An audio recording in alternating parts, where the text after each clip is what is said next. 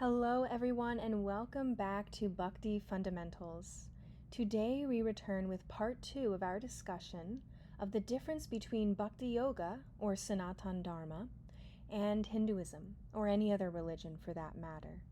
We're going to delve into what sanatana dharma actually entails, a spiritual path and practice that transcends any religious identities that we may have.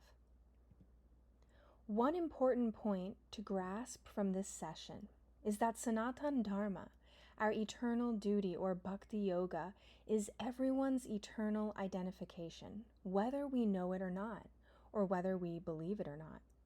We're meant to eternally engage in loving devotional service to the Lord, to Krishna, whether in this material world or in the spiritual world, whatever our situation happens to be.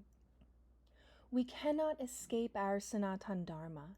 It is our inherent, irreducible, natural quality, and only acting in line with our sanatana dharma will ultimately satisfy us. George Harrison said something along these lines. In the beginning of Krishna book, which is A.C. Bhaktivedanta Swami Prabhupada's summary study of one of the volumes of the Srimad Bhagavatam, George Harrison writes, "Everybody is looking for Krishna. Some don't realize that they are, but they are. And we're searching for Krishna because he is our source, and we will feel that something is missing in our lives until we have fully connected with him. Until we take up spiritual life, we most often try to fill that void with material things."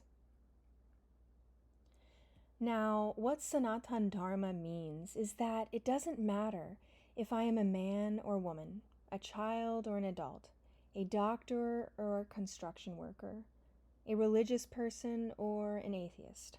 Our eternal duty is to serve the Supreme Lord regardless of our external situation. We have, after all, an eternal relationship with the Supreme. And thus our lives become perfect when we yoke our lives back to him via yoga, Bhakti Yoga in particular. Bhakti Yoga uncovers this relationship that we already have with the Supreme, but which we cannot currently perceive. As nighttime reveals the stars, which are always there, Bhakti Yoga reveals our source, Krishna, and our relationship with him. Thus, our real identity is spiritual, beyond these material bodies. Our real identity is that we are spirit soul, not our material bodies or minds, and we are a servant of the Supreme Lord. Beyond all the labels or material designations we may place on ourselves, labels related to race or religion, gender, nationality, job, etc., beyond all of those, our real identity is to be a servant of the Lord. In the last verse of chapter 9 of the Gita, Krishna says to engage in his devotional service, and if we do, he promises that he'll deliver us. He says, "Engage your mind always in thinking of me. Become my devotee. Offer obeisances to me and worship me. Being completely absorbed in me, surely you will come to me." He reiterates the same point again in the final chapter of the Gita. In verse 64 of chapter 18, he says, "Because you are my very dear friend, I am speaking to you my supreme instruction, the most confidential knowledge of all. Hear this from me, for it is for your benefit." And then in the very next verse, he says, "Always think of me. Become my devotee. Worship me and offer your homage unto me. Thus you will come to me without fail. I promise you this because you are my very dear friend." In these verses, Krishna once again emphasizes that his supreme instruction and the supreme dharma or duty for all of us is to engage in his devotional service or bhakti yoga. And again, why is it our eternal dharma or duty to engage in the devotional service of the Lord? Why is that our inherent quality from which we cannot be separated? Well, for one, it's mentioned in the scriptures. In the Sri Chaitanya Charitamrita, one of our foundational bhakti scriptures, we hear Jivera Swarupahaya Krishnara Nityadasa Krishnara Tatashta Shakti, which translates to, it is the living entity's constitutional position to be eternal servants of Krishna because they are the marginal energy of Krishna. Because Krishna, the Supreme Absolute Truth, is our source and the source of all that be, this means that we are an energy of the Supreme, and thus we are meant to connect to Him via devotional service. We come from Him, and when we give back to Him via service, we complete the circle, so to speak. Now, let's revisit a verse that we brought up in last week's discussion. The Srimad Bhagavatam, in Canto 1, Chapter 2, Verse 6, also asserts this prime duty, or dharma.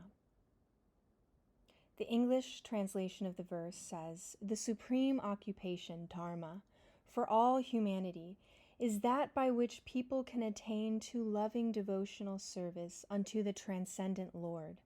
Such devotional service must be unmotivated and uninterrupted to completely satisfy the self.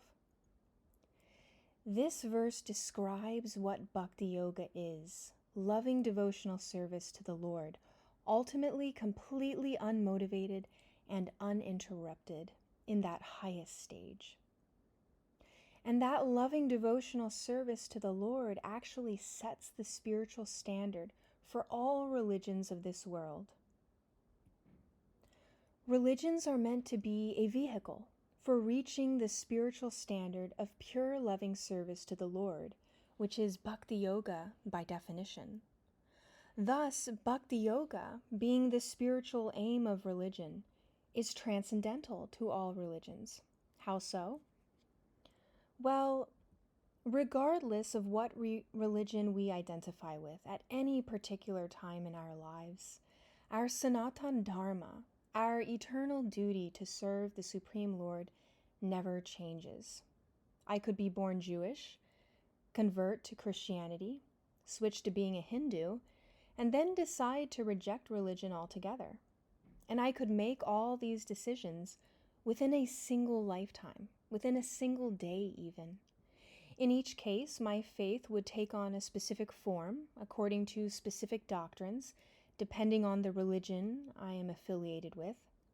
My beliefs may change slightly or even drastically according to what religion I was affiliated with at the time.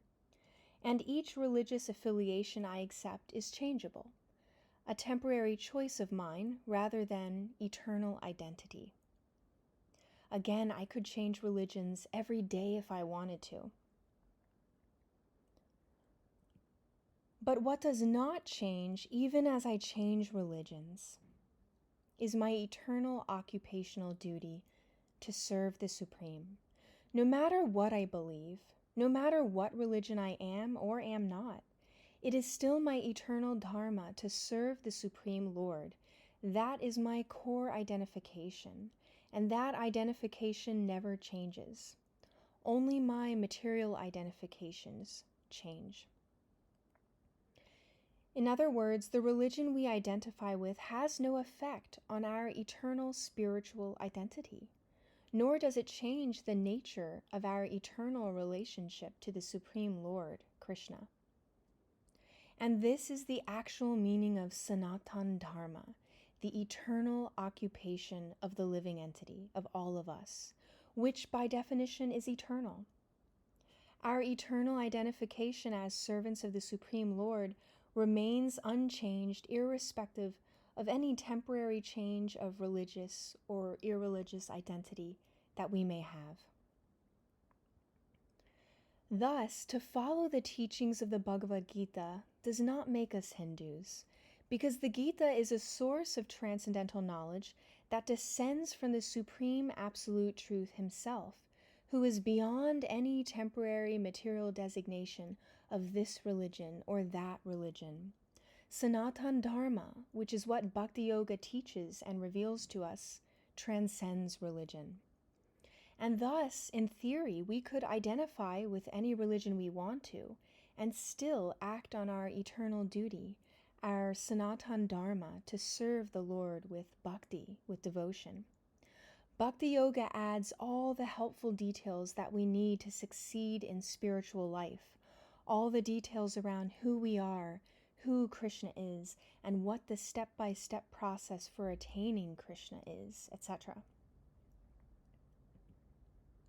We could affiliate ourselves with any religion externally and still supplement it with our practice of Bhakti Yoga, because Bhakti Yoga, serving the Lord with love, is our eternal identification. It is the spiritual aim, the spiritual heart of religion, at least those religions promoting loving the Lord through engaging in His service. Thus, there is no contradiction between religion and the practice of Bhakti Yoga. The practices of Bhakti Yoga will only help you develop your love for the Supreme Lord, regardless of what religion you are. Now, speaking of the practices of Bhakti Yoga, Srila Prabhupada, or A.C. Bhaktivedanta Swami Prabhupada, often referred to Bhakti Yoga as the science of self-realization. And this is because Bhakti is a clearly defined process, a 9-stage process, in fact, that progressively leads us to realizing who we are in relation to the Supreme Lord. And then it enables us to act on that relationship in loving service, or bhakti. Bhakti Yoga is scientific in that the hypothesis is that in carrying out the 9-stage process of Bhakti Yoga to completion, we will achieve full and perfect love of God, of the Supreme, or Krishna. Then we perform the experiment ourselves when we take up the 9 limbs or practices of Bhakti Yoga, beginning with hearing spiritual topics and chanting the Maha Mantra. And then eventually our own lives become the scientific proof of the process that Krishna explains in the Gita, and that we learn about more extensively in Srimad Bhagavatam.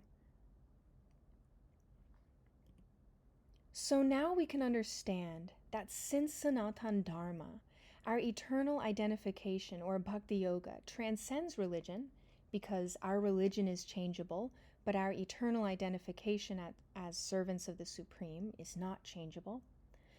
Then, if we collapse Bhakti Yoga with Hinduism, we are imposing material limitations on a spiritual science, and we would be denying the transcendental nature of yoga.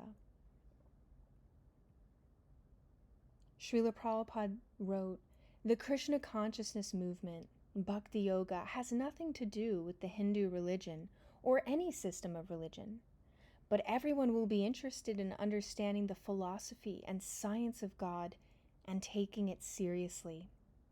One should clearly understand that the Krishna consciousness movement is not preaching the so-called Hindu religion. We are giving a spiritual culture that can solve all of the problems of life, and therefore it is being accepted all over the world." So Srila Prabhupada explains it best. Bhakti Yoga is a spiritual science, a spiritual philosophy that enables us to navigate and permanently solve the material problems of this material world. In Bhakti Yoga, we learn who we are, the soul, and we learn how to relate to the source of all things, the Supreme Absolute Truth, in a relationship of loving devotional service, or Bhakti Yoga. These are powerful things to learn. Spiritual knowledge has tremendous power.